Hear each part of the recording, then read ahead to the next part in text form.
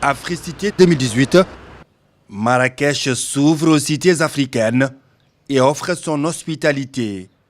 Parmi les 7000 participants, les Sénégalais ne sont pas en reste. Sous la houlette du ministère de la Gouvernance territoriale, villes et institutions intéressées par la marche des politiques de décentralisation, chacune est venue pour contribuer de manière significative. Le thème majeur de cette rencontre, c'est la gestion, la transition des villes vers des villes durables. Et le Sénégal a beaucoup de choses à partager. D'abord sur les outils, sur la stratégie de planification en matière de lutte contre le changement climatique, les stratégies d'adaptation, les stratégies d'atténuation, et aussi sur le système de MRV, donc de vérification, d'évaluation, de suivi-évaluation. Et sur toutes ces questions-là, nous avons d'abord, au point de vue méthodologique, une bonne démarche qu'on peut partager avec les autres villes, et aussi des projets spécifiques, notamment le plan climat-énergie territorial, qui est un projet qui a été validé en tout cas au niveau de la Convention des maires, et la ville de Dakar est en partenariat avec l'Union européenne, avec Grand Paris Sud, et nous avons lancé donc le plan climat-énergie territorial, qui est une stratégie de planification, qui est une plateforme d'échange des organisations de la société civile, des élus, des techniciens, pour discuter sur les outils que nous devons utiliser pour faire face à la lutte contre le changement climatique. Le projet Dakar Gate, le projet Carré d'Or, nous avons également d'autres projets d'ordre culturel qui tendent à revaloriser le patrimoine culturel de Rufisque, le patrimoine immobilier, notamment avec la coopération de la ville de Nantes, la mise en place d'écoles de formation comme une école des beaux-arts, la mise en place d'une école horticole et d'une école de pêche maritime. Voilà, c'est cet ensemble de projets qui vraiment constitue la vision de la ville, de l'équipe municipale de la ville de Rufisque depuis que nous sommes installés, que nous cherchons à mettre en œuvre et avoir des partenaires techniques qui pourraient venir du public, des autres villes africaines et d'autres partenaires techniques. Déjà la cérémonie officielle d'ouverture, honneur au Sénégal, pays de la Teranga. Sur le présidium, le maire de la ville de Dakar et un éminent professeur d'université. C'est à Phil Winsar de prononcer le fameux discours inaugural. La ville est une question qui m'a toujours habité, mais de manière sporadique. Surtout lors de mes pérégrinations, lorsque je me retrouvais dans des villes africaines et que j'observais leur allure, les tendances de leur urbanisation, leur atmosphère, et que j'avais le sentiment qu'elles se cherchaient un visage, qu'elles n'avaient pas encore choisi leur véritable identité, qu'elles étaient ballottées par les vents, soumises aux dynamiques d'un certain désir de modernité, prises entre un passé révolu et un futur dont les énigmes restent encore à être déchiffrées. La perspective que j'ai choisie est de penser la ville moins comme une superstructure, ce qu'elle est, mais comme un lieu de production de sens, dont les significations informent sur notre réalité sociale, politique, culturelle et imaginaire. Un départ bien assuré, une assurance aussi pour les autorités étatiques sénégalaises. Professeur Sarr de l'Université Gaston Berger nous a fait l'honneur de prononcer le discours inaugural de Afrique City, un discours de haute facture qui déconstruit les pratiques en matière de construction de villes et qui propose une vision beaucoup plus réaliste, beaucoup plus ancrée sur les cultures, les pratiques africaines. Le Sénégal en peloton de tête sur des rencontres internationales, ce n'est pas une nouveauté.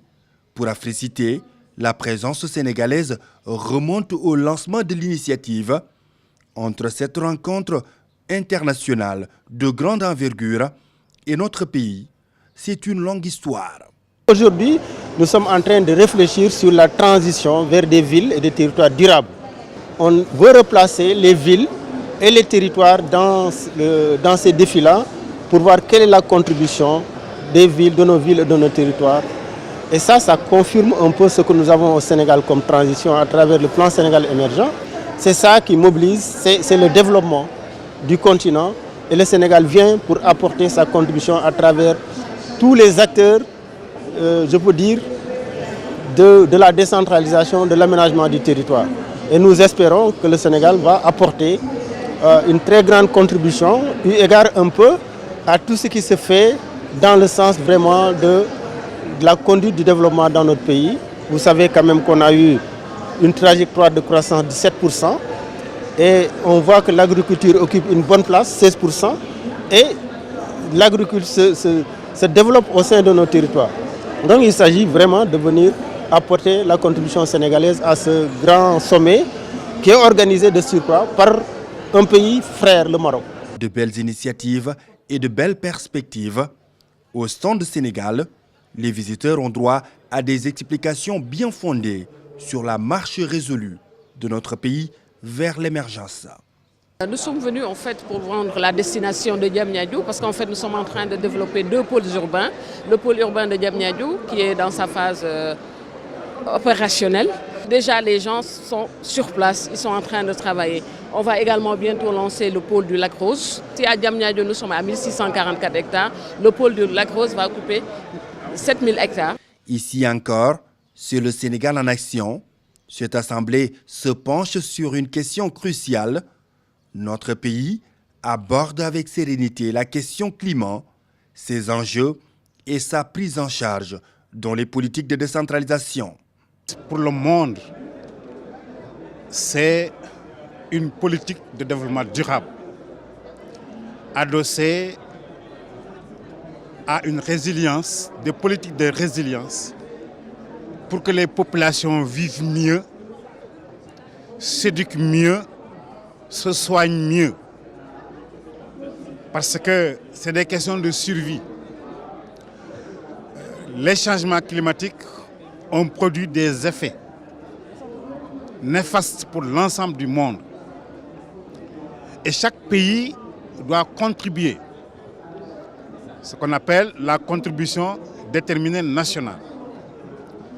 Le chef de l'État, le président Macky Sall, dans le cadre d'une vision très éclairée, a organisé le pays, les ONG, les communautés, l'État, le secteur privé, la société civile, dans le cadre d'une plateforme multi-acteurs pour qu'ensemble nous résoluions, nous prenions la décision forte de faire face à ces effets climatiques. Pour une agriculture, un élevage, une pêche résiliente. Il a été constaté aujourd'hui que beaucoup de choses se font sur le terrain. En matière d'innovation, les questions énergétiques par Enda Énergie par exemple, DFC, IED Afrique au Mali et au Sénégal. L'État avec ses projets et programmes. C'est pourquoi la leçon que je tire pour répondre à votre question, c'est qu'ensemble, pour une résilience climatique, tout le monde, de façon intégrée, élaborions des programmes de planification intégrés qui intègrent tous les aspects. Parce que la question climatique est une question transversale. Elle attaque les questions agricoles, elle adresse les questions d'élevage, les questions d'éducation, les questions environnementales. Mais pour des questions de devenir de notre planète, le Sénégal, dans le cadre d'un îlot en Afrique, ne peut pas se séparer de ces programmes climatiques avec le Mali, la Côte d'Ivoire, le Bénin, dans le cadre d'une synergie communautaire, à la base d'abord et entre les États, pour que les solutions puissent être trouvées de façon concertée à des fins de pérennisation. Le Sénégal a entamé la 3e phase de sa politique de décentralisation en mettant en place l'acte 3 et nous allons vers la phase 2 de l'acte 3. À cette étape, il est important qu'on se mette ensemble, qu'on étudie l'aspect financement climat des collectivités territoriales. Parce que, comme on a l'habitude de le dire désormais, le développement sera local ou ne sera pas. Et pour que ça se fasse, il faut d'abord qu'on ait une idée des besoins réels des communautés au niveau local pour leur permettre justement de mettre en place des politiques de résilience qui répondent réellement à des préoccupations de développement, mais développement économique, développement social, développement environnemental et qui prennent en compte aussi les capacités de résilience de ces communautés-là.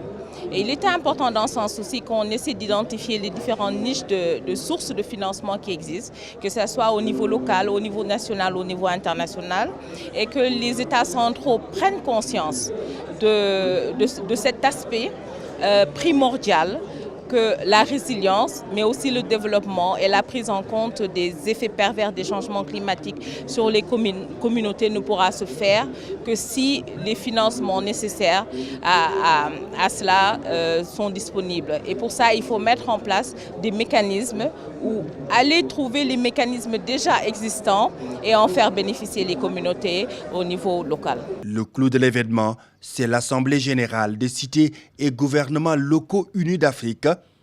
À la présidence de l'organe interétatique, la ville de Dakar passe le relais à la capitale gabonaise. Libreville va désormais piloter cette instance importante pour la vie de la gouvernance territoriale en Afrique. L'Afrique locale exprime sa profonde gratitude à la République du Sénégal et à la ville de Dakar. C'est avec fierté et humilité que je vous remercie pour le choix de ma personne. Fierté d'abord en raison de la confiance que vous avez placée en moi, en ma ville, Libreville, capitale du Gabon, mon pays, ainsi qu'en la région Afrique centrale.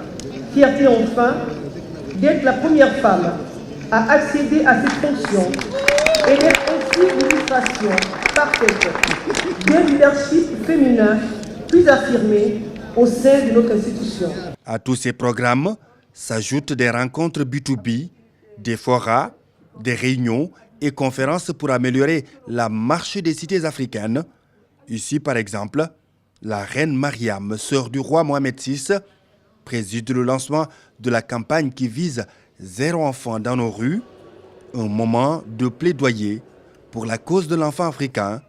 C'est pour dire que les Africités sont un ensemble d'actions qui prônent une Afrique debout et notre pays, le Sénégal, est au cœur de ces grandes initiatives territoriales.